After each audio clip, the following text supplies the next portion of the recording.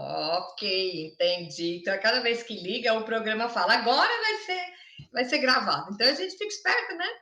E vamos dar continuidade. Gente, nós estamos. Esse é o nosso estudo 28 de Lucas. Quem imaginou que um livro só ia dar tanta aula? Mas é porque não dá para pegar e fazer um capítulo por dia. Não dá, não dá. A palavra de Deus é tão rica e a gente aprende tantas coisas que acaba passando mesmo. Eu gosto de destrinchar o texto. Então, por isso eu nem ligo que a aula 20, o estudo 28, nós estamos em Lucas 12. Tá? Já é 28 aulas, então é muito legal isso aí. Então, vamos lembrar do contexto, né? Nós já começamos no versículo 12, semana passada, no capítulo 12, e agora nós vamos continuar a partir do 35, nós vamos do 35 ao 59 só, tá? Então, para quem tá pegando aqui já tem as perguntas, eu vou falando as perguntas e a gente vai respondendo.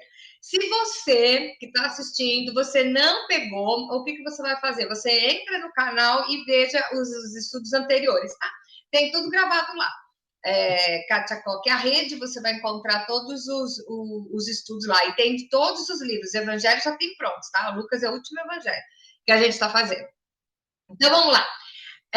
A pergunta número 1 diz o seguinte: ao que se refere, que Jesus se refere nesse verso? Vamos ver qual que é o verso.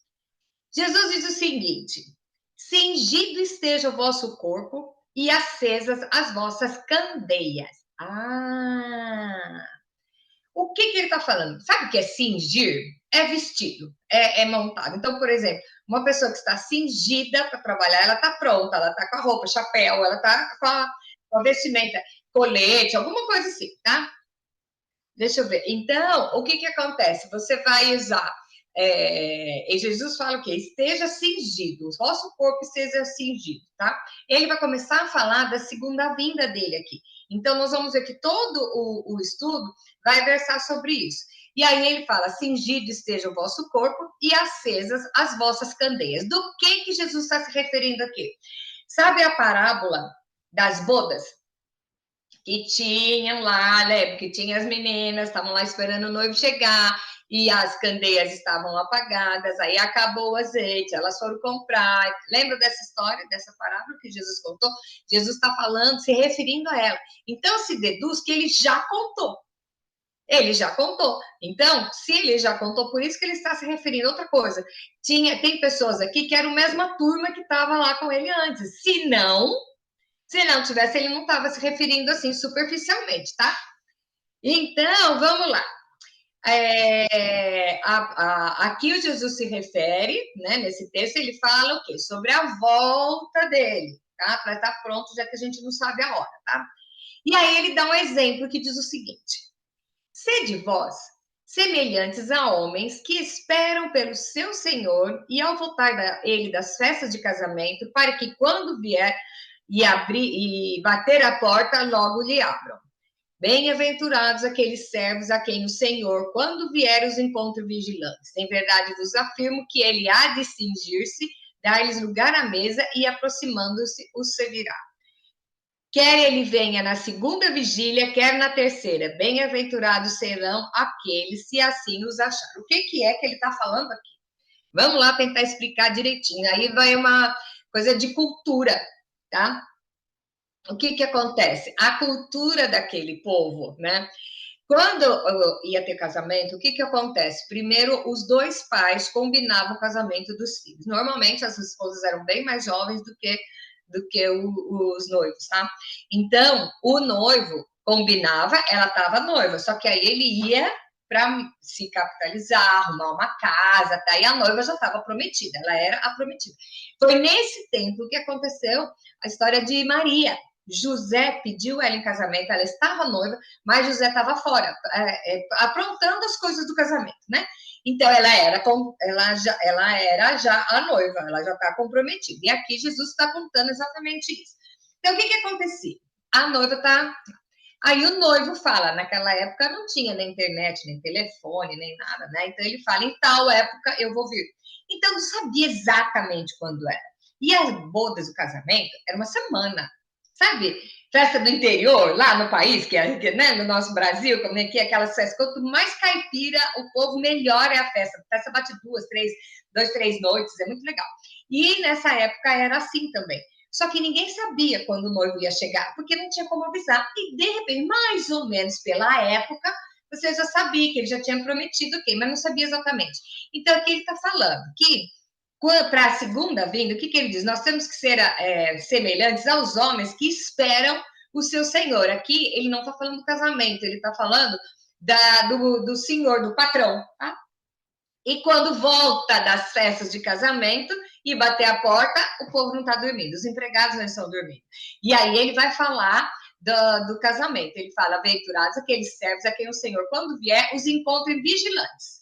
E em verdade vos afirmo que ele vai cingir e dar lugar à mesa. E quer ele venha na segunda vigília ou na terceira. Então, como que você vai contar esse tempo? As vigílias da noite é a cada 3 horas, tá? Então, normalmente, a segunda vigília, eu acho que é depois da meia-noite, ou depois das 3 horas. Não sei, eu confundo qual que é a segunda e a terceira, mas é o período de 3 horas. E ele fala: esteja vigilante, porque você não sabe quando ele vai vir. Então, ele dá esse exemplo das candeias, que é exemplo do casamento, ele dá aqui do patrão, que foi para uma festa de casamento e voltou, tá? E aí ele fala o seguinte, a pergunta 3 é, ele faz menção a outro exemplo? Vamos lá. Sabei, porém, isto, se o pai de família soubesse a que hora havia de vir o ladrão, vigiaria e não deixaria arrombar a sua casa. Ficai também vós apercebidos, porque a hora em que não cuidais, o filho do homem virá. O exemplo que ele usa aqui é do ladrão, tá? Gente, é muito óbvio o que ele está falando. Se você sabe a que horas o ladrão vem, você não permite. E hoje eu posso dar até um outro exemplo mais louco ainda, tá? Quando eu era criança, a meteorologia era um show de horror, porque era só a meteorologia falar, vai chover, não chovia, fazia sol. E o contrário, era muito engraçado. Eu falei, mãe, eles não aprenderam a fazer previsão do tempo, porque eu acho que os equipamentos não eram tão evoluídos assim, né? Então sempre errava. Hoje já não.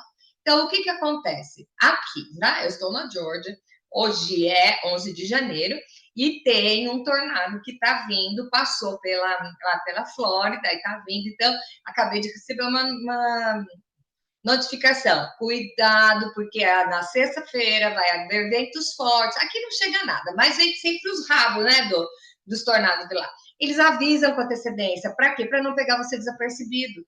Então, o que acontece? Eu não sei que hora vai vir, mas suponhamos que tivesse um tornado aqui. Eu não sei que hora que ele vai vir, mas eu já faço o quê? Eu já mantenho a luz, né? Ver as coisas que eu vou precisar, deixa pacote de vela em cima, isso aí é coisa normal.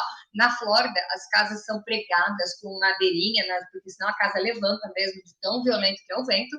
Por quê? Porque nós sabemos, tá? E aqui Jesus está falando o quê? Fique esperto, mantenha-se pronto, porque nós não sabemos que hora será. Ele está falando da vida dele. E aí é muito louco. E Pedro, que estava lá na pergunta 4, o Pedro fala assim, né?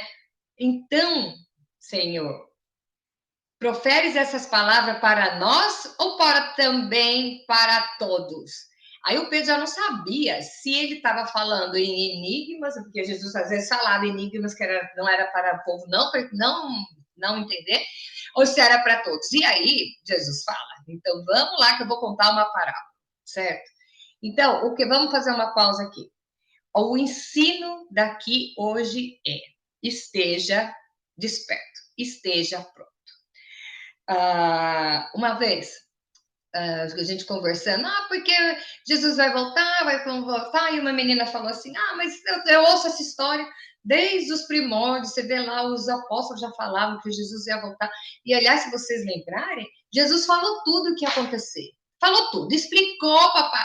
Quando chega lá, no Atos, é muito engraçado, porque Jesus falou, eu vou subir, enquanto isso, quando chega no livro de Atos, aonde estão os discípulos? Parado, olhando para o céu, esperando voltar.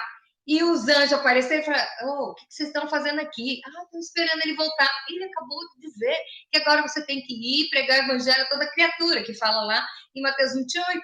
Então, Mas eu não estou ouvindo as coisas, eu não posso saber, porque desde aquela época ele estava anunciando. Porém, hoje, nós temos uma outra visão das coisas. Porque as profecias hoje já se cumpriram. Eu vou contar um negócio para vocês que o meu pai me contou. Minha mãe não era separada dele ainda, então eu devia ter uns 14 anos, certo? Eu já tenho 57, faz tempo, né?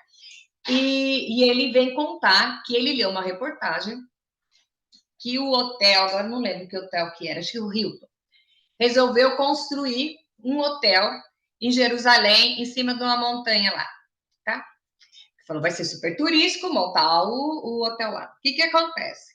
Quando eles mandaram uma sonda para ver o piso, como que era para fazer a fundação do teto, eles viram uma rachadura que vem de baixo para cima. E a Bíblia diz que o monte vai dividir em duas partes. E isso já tinha, ele falou aqui, não pode montar nada, porque o monte está rachando de baixo para cima, não é? Então você fala, uau! Aí você vê os desertos brotarão. Gente, o maior produtor de flores daquela parte da Europa é Israel, que é deserto. Aí a gente ouve, olha que louco, porque aí vai aparecer, o profeta diz que ia haver uma águia de fogo, uma águia de aço levando os judeus de volta para a terra. Vamos ver, ele viu o quê? Uma águia de aço cheia de gente? Ele viu um avião, só que ele não sabia que era um avião. Então ele viu uma águia de aço trazendo os judeus para instituir. Isso aconteceu aqui no começo do século. Tá? Que quando foi estabelecido o Estado de Israel e foi tudo bonitinho lá, né? Que foi uma coisa da ONU que eles fizeram, e os judeus chamaram diáspora, né? O pessoal que estava perdido, o pessoal foi voltando. Então, nós vamos vendo essas coisas. Quer ver? Porque no final dos tempos vai ter filho contra mãe, mãe contra filho. Gente, isso aí, infelizmente, já é tão cotidiano que a gente só ligar o jornal, é só desgraceiro que aparece. Né? Então, pais matando os filhos e vice-versa. Outras coisas que a gente vê muito falando, isso eu estou dizendo, não estou falando nada teológico, estou falando do dia a dia que nós estamos vivendo, e você já vê, assim, as pedras clamando. O que é a pedra clamando? Gente, o texto diz o seguinte, porque nos últimos dias, se você não pregar o evangelho, até as pedras clamarão. E eu lembro que eu era adolescente, o Lulu Santos, eu era fãzona do Lulu Santos, e ele cantou uma música chamava Cura. Se você olhar a letra dessa música, e o cara não tá nem aí com Deus, entendeu? A vida dele é uma loucura, mas ele fez uma música falando da cura, o que vai acontecer. Então é muito legal você começar a ver os sinais. Nós sabemos que nos últimos tempos vai ter mais o grande último avivamento. E quem estava ligado ano passado teve aqui na faculdade, uma faculdade aqui no estado aqui do lado. Meu marido até foi para lá com os pastores, que começou um louvor de adolescente na capela da faculdade que durou 10 dias. E era um pessoal limitado, ilimitado. Eu acho muito legal, porque eu vi um brasileiro músico, disse que ele estava aqui e ele foi lá para ver antes de voltar para o Brasil. E é muito legal, porque ele começou a falar e eu já comecei, a gente pré-julga, né? Vai falar o quê? Bobagem, né? E ele falou que ele foi lá e viu meia dúzia de adolescentes, disse que o cara tocava, desafinava, a menina desafinava, e era uma coisa super meia boca. Aí eu já fiquei com raiva dele, né? Aí ele falou assim, mas o Espírito Santo estava usando. Então, o Espírito Santo usa quem ele quer e na hora que ele quer. Então, você começa a ver isso, você começa a ver crianças, sabe? Já com tão ligado. Teve aqui na igreja que perto em Gainesville, fizeram um culto do dia do Halloween para as crianças, para os adolescentes. Foi mais de 10 dias de culto de adolescente. Porque o Espírito Santo desceu e a coisa foi, o pessoal ia todo dia e voltava. Então, vamos focar no que está acontecendo. Mas o mal é isso. Gente, o mal só faz mais barulho. Mas o bem vai vencer. Nunca vi Deus perder uma parada para ninguém, não é agora, tá? Então, com todas essas coisas, você vê que as coisas estão virando, tá? Então, você vê, assim, notícia, né? Os peixes tudo morreram na praia. Não sei o quê, uma nevoada de gafanhoto, acho que outro dia, não sei onde, de perereca. Sabe perereca, aquele sapinho assim? E eu não sei se sempre existiu, só que por causa da tecnologia hoje a gente fica sabendo, mas eu sei que o que importa é o que eu estou sabendo. Então eu vejo que as coisas estão acontecendo, eu vejo que o tempo está estreitando. Então o que Jesus disse? Ele não, ninguém sabe quando é. Uma vez perguntou, o próprio Pedro falou assim, mas mestre, quando se dará essas coisas? E ele disse o seguinte, nem o filho do homem sabe. Hoje ele já deve saber, mas quando ele estava aqui ele não sabia. Então o que acontece? Vamos olhar. Você pega Mateus lá, 25, ele vai 24, 25, ele vai contando, é a versão dele do Apocalipse, o próprio Jesus falando como é que vai ser.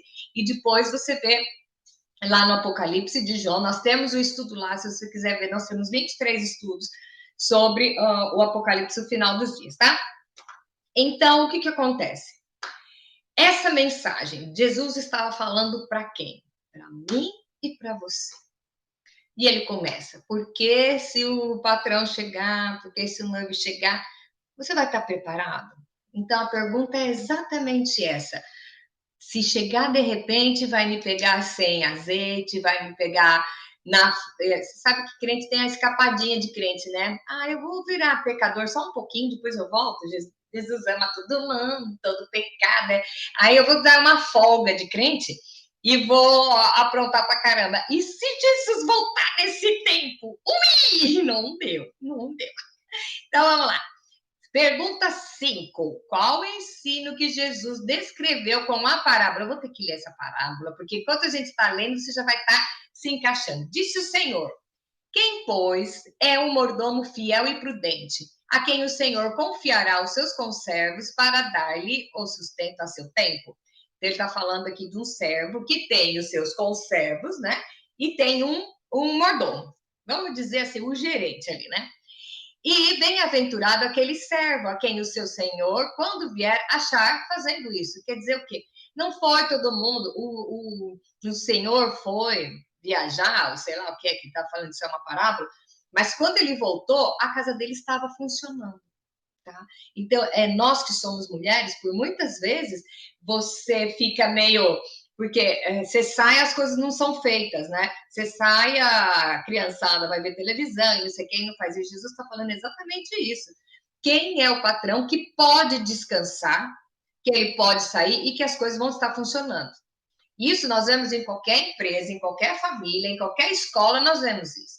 Então, quem é o bom líder? O bom líder é quem treina outro para substituir. Quem fica segurando todo mundo na mão, ele não é um bom líder, tá? E você fica pensando, se ele sumir, nada perdura, né? Então, o que Jesus está falando aqui é o seguinte: o patrão que pegou o mordomo e deixou o mordomo para cuidar do seu lugar. E ele vai ser bem-aventurado. Se quando ele chegar, ele vai estar cuidando das coisas. Aí, verdadeiramente, versículo 44. Verdadeiramente vos digo que lhe confiará todos os seus bens. Então, o mordomo, sabe aquele versículo, fosse fiel no pouco, sobre o muito te colocarei? Então é assim, se o chefe, vamos dizer aqui que é o senhor, né? O senhor, ele viajou e viu que os empregados ficaram fazendo as coisas direitinho, o que acontece? Quando ele viajar de novo, ele vai passar mais coisas para fazer, aumenta a responsabilidade. Então, eu quero perguntar para você hoje, com aquilo que Deus te deu, porque todos nós temos, tá? Eu não sei qual é o dom e o talento que você tem, eu não sei nem o meu direito, e por isso que eu vou fazendo tudo, tá? Então, aquilo que Deus deu para você tomar conta, suponhamos que Jesus chega hoje. Você fez? Aí nós temos aquela parábola lá dos talentos que escondeu, que não sei o que, entendeu? Então, a história é sempre a mesma. O Senhor te deu e ele disse que ele vai voltar. Então, o que interessa não é a minha vida antes de eu me converter. O que interessa é esse espaço, desde o dia que eu me converti até a volta do Senhor. Como estará sendo a minha vida nesse período? Imagina uma reguinha. Então, nesse período, como está sendo a minha vida? Aqui Jesus está falando sobre fidelidade. E olha, fidelidade nem é não roubar minhas joias, tá? Fidelidade é você saber que você pode descansar e que a coisa vai continuar funcionando, porque você tem gente capaz. Então, é esse o exemplo que Jesus está dando, tá? Então, o que ele diz? Se o Senhor chegar e ver que está tudo funcionando, ele vai confiar todos os bens. Ok. Porém, tem o outro lado.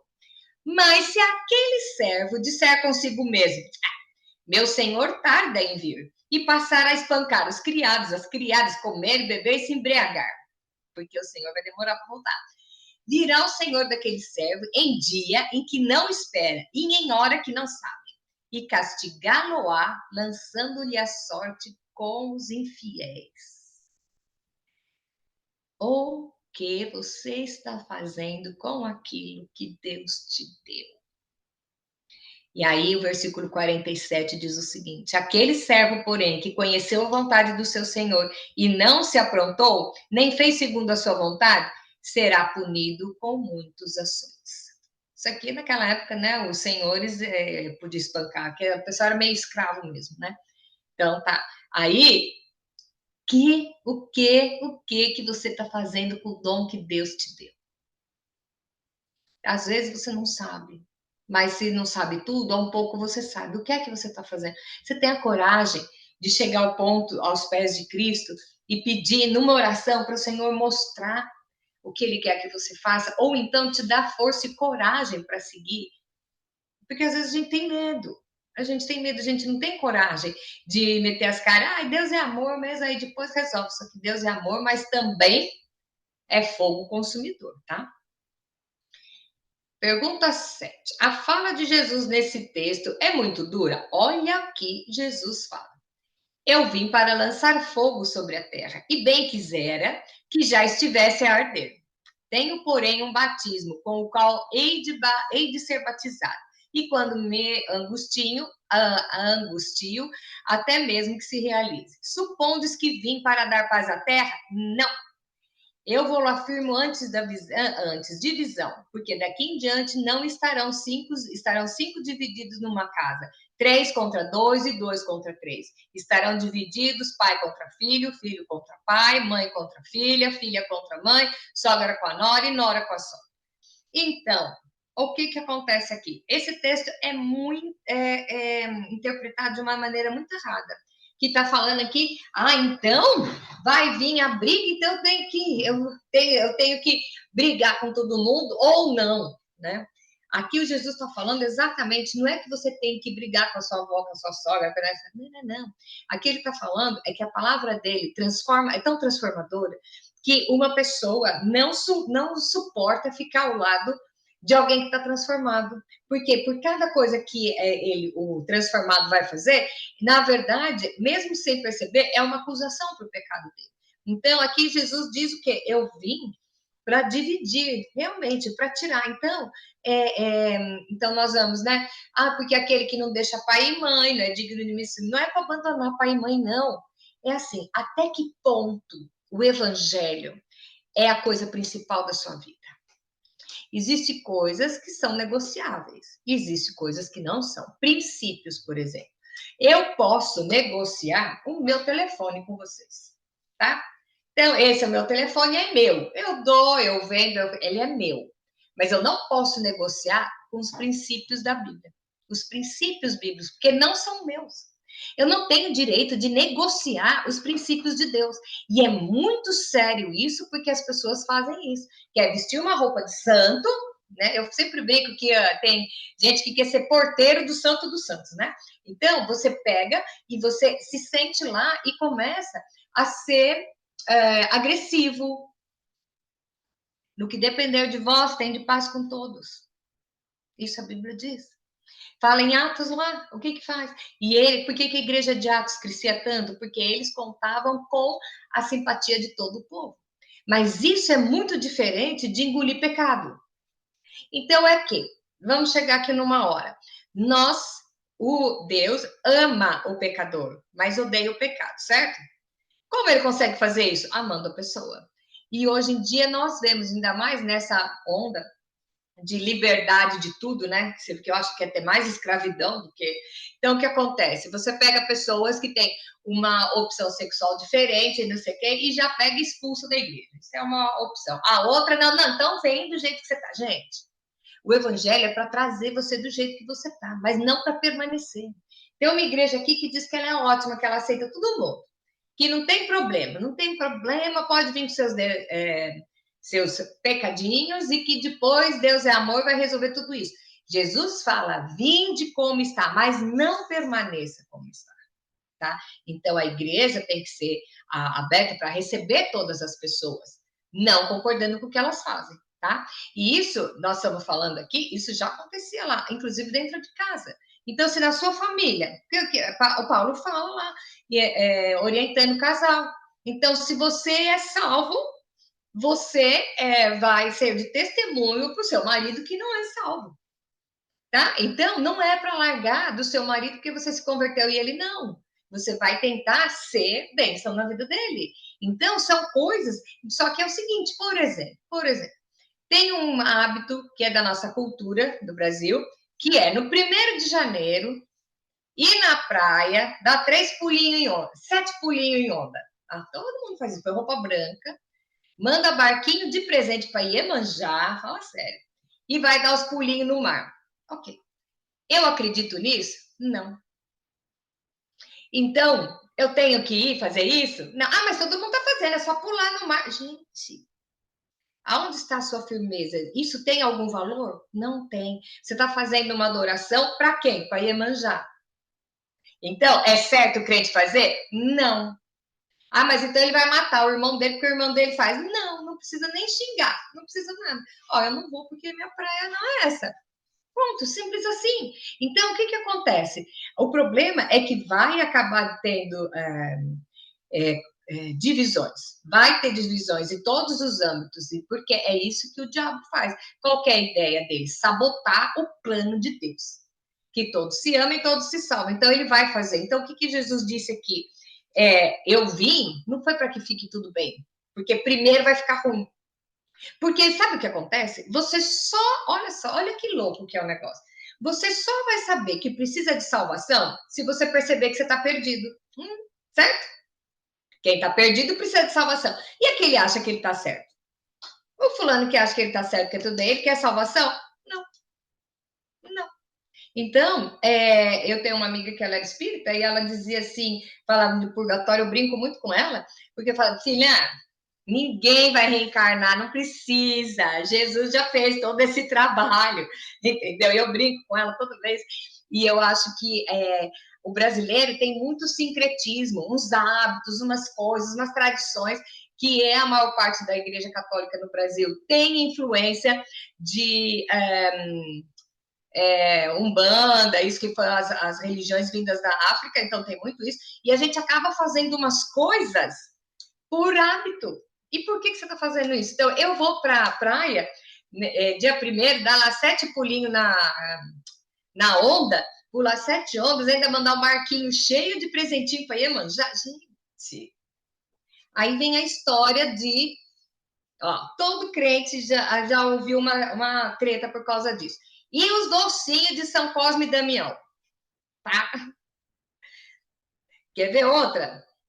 Hare Krishna tem uma fazenda. E lá na minha cidade, a fazenda diz que é a maior do mundo, é lá. Então, eles fazem os negócios natureza. Um dia, o cara foi lá me vender banana chip, sabe? Banana verde, assim?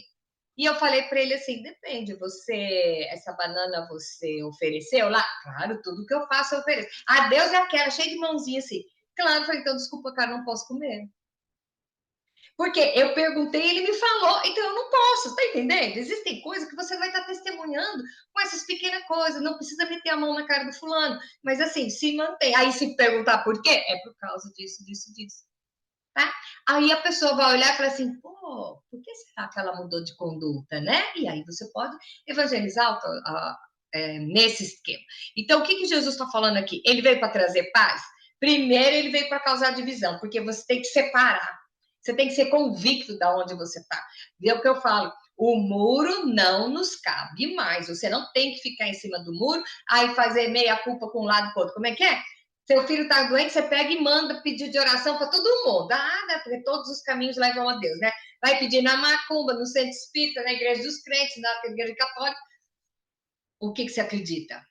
Né? Então, eu não conheço as outras nações para saber até esse ponto, mas brasileiro eu sei que é assim, tá? Bom, vamos lá. Pergunta 8. Qual a comparação entre os sinais da natureza e a missão dele, Jesus? Aí, vamos lá. Ele diz o seguinte, disse também às multidões. Quer dizer que tinha gente pra caramba lá ouvindo, né? Quando vedes aparecer uma nuvem no poente, logo dizeis, ó, vem chuva, e assim acontece. E quando vedes soprar o vento sul, dizeis que haverá calor, e assim acontece. Hipócritas, sabeis interpretar o aspecto da terra e do céu, e entretanto não saber discernir essa época? E por que não julgais também por vós mesmos o que é justo? Então, isso aqui, ele fala que ninguém sabe, porém, nós vamos ver indícios. E ele dá exemplo da chuva, é verdade. Quando você vê um ventinho, você já fala, leva o guarda-chuva. Mãe manda a gente levar a blusa, a mãe vai lá e leva a blusa, porque você saiu sem agasalho, não é? Eu também sou mãe, viu? Eu sei como é que é. Até hoje eu falo. Rebeca, eu tinha frio no pé, sempre tive, né? Um dia eu vou no quarto e ponho meia nela. Ela fala assim, ô mãe, é você que tá com frio no pé, não sou eu. E ficava assim, tirando a meia. Era só o meu pé tá frio, eu punha meia nela.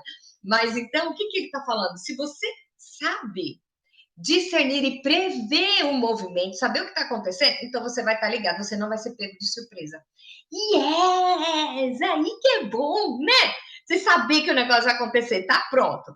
Vamos lá. E aí, a pergunta 9 diz o seguinte: qual o conselho final dessa pregação? Então, o que ele fala? Ele vai contar uma história que ele vai resumir todo esse papo que ele está levando, e ele está falando sobre o fim dos tempos, de como você vai se portar para aguardar esse momento, tá? Paulo fala sobre o tocar da trombeta, a última trombeta, eu vou explicar para vocês o que é essa história da última trombeta, tá? O exército, de acordo com o som da trombeta, é o que o povo faz. Então, tem um lá, você faz o quê? Você levanta, né? Tá dormindo, por exemplo, os soldados. Aí o segundo é o quê? A junta fica com a roupa pronta, esperando a hora de sair. E o da última trombeta é saia. Então, quando Paulo fala do tocar da última trombeta, o que é? Você já vai ter levantado, já vai estar pronto, esperando a ordem para sair. E aí a trombeta que vai tocar é exatamente essa, o sinal, né? Falando de uma grande tropa, que está na hora de ir. Então eu pergunto, você está pronto para ir? Aí Jesus vai voltar. Mas se ele não voltar enquanto eu estou viva, né? Ele pode voltar para mim. Porque amanhã eu posso não estar aqui. Hoje teve uma notícia que aconteceu ontem, um carro com 5 adolescentes que estavam vindo de um jogo de futebol em alta velocidade, bateram numa árvore, 2 morreram na hora, os outros 3 estão mortos, tudo adolescente. Aí você olha e fala assim, por que, Senhor? Por quê? Só que Deus, ele é onisciente, ele trata cada um de acordo com aquilo que a pessoa precisa. Eu não sei se Deus levou 2, porque, mais para frente eles vão desviar, eu não sei o que foi. Eu não sei, eu sei o quê? Ir comigo amanhã.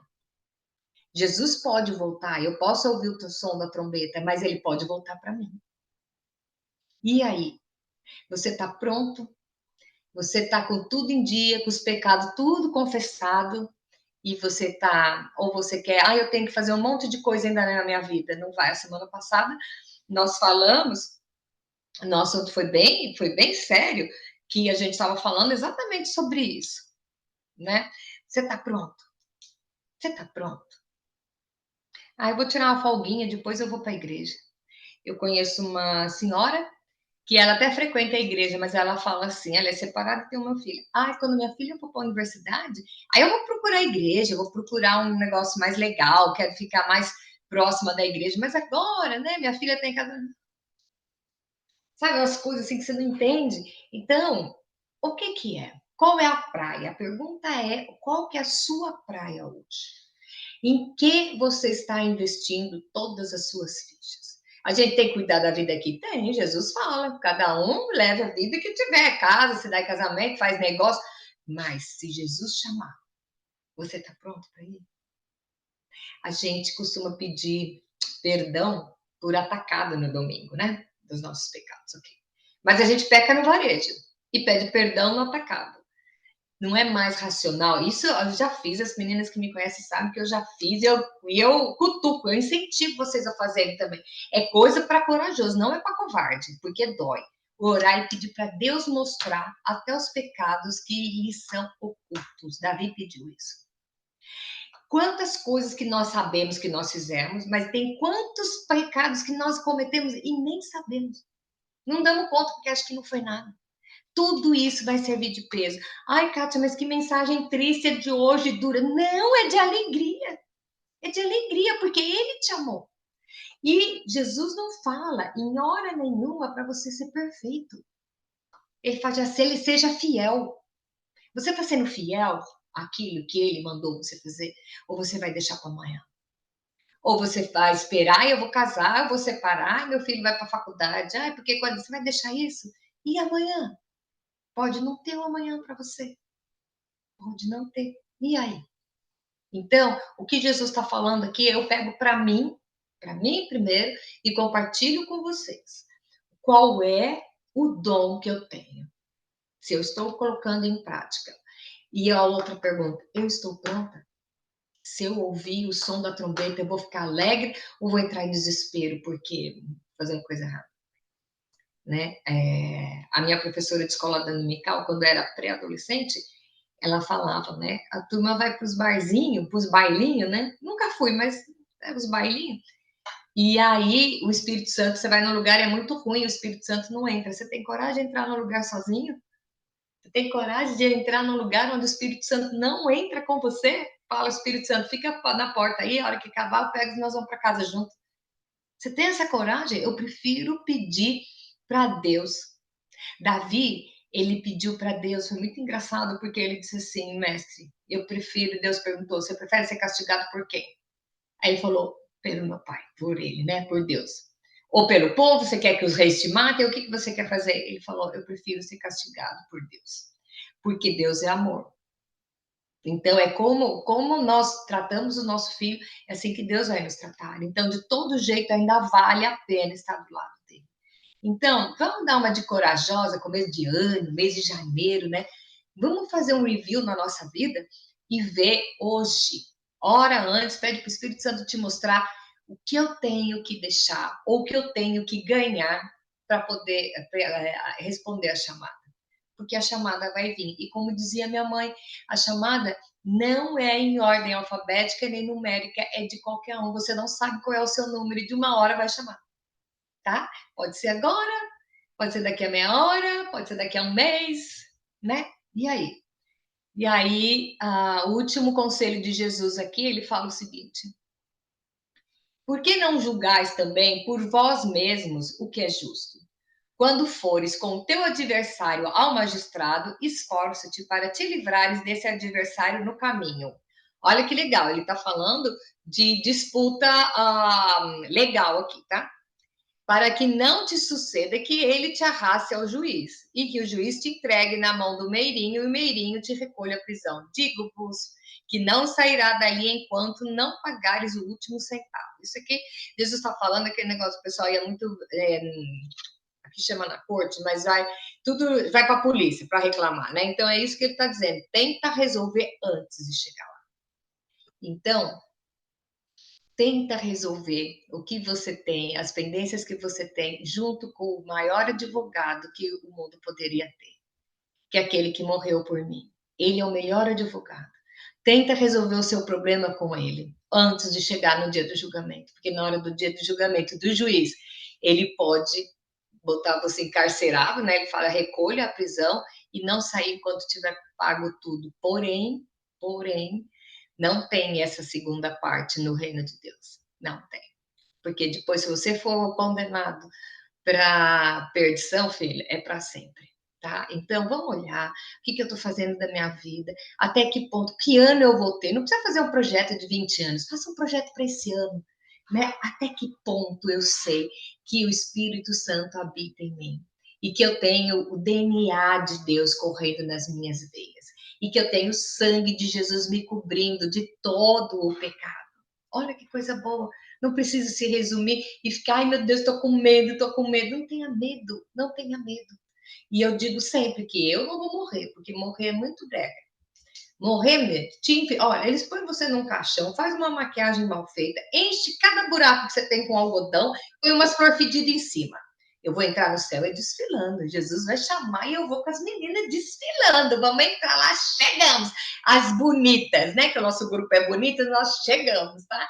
Então, brincadeiras à parte, tinha um hino que eu não lembro, não vou cantar ele, mas a frase do coro me toca muito até hoje, que é assim: mas eu sei em quem tenho crido, e sei também que ele é poderoso para guardar o meu tesouro até o dia final. Um beijo grande para vocês. Desafio para janeirão, hein? Vamos ter coragem, não vamos ser covardes. E o maior barato de uma pessoa que eu acho, o maior exemplo de, o maior respeito eu tenho para uma pessoa que descobre que estava errado. Porque tem gente que sente em cima da sua verdade, né? Então, uma pessoa que descobre, poxa, eu pensava assim e Deus falou comigo diferente. Gente, eu admiro demais gente assim. E é isso que nós temos que ser flexíveis. Confrontar, estudar a palavra é para ser confrontado. Estudar a palavra é para você preciso mudar nisso agora. E é gradativo. De repente, Deus está falando uma coisa comigo, uma coisa com cada um de vocês. Tá? Mas eu comigo, o que é que eu tenho que fazer? Para aí, quando Jesus vier, não me pegar dormindo com a lâmpada sem azeite, tá bom? Um beijo grande para vocês. Semana que vem tem mais. Aí nós já vamos para o capítulo 13, tá bom? Beijo grande para vocês. Tchau. Aí,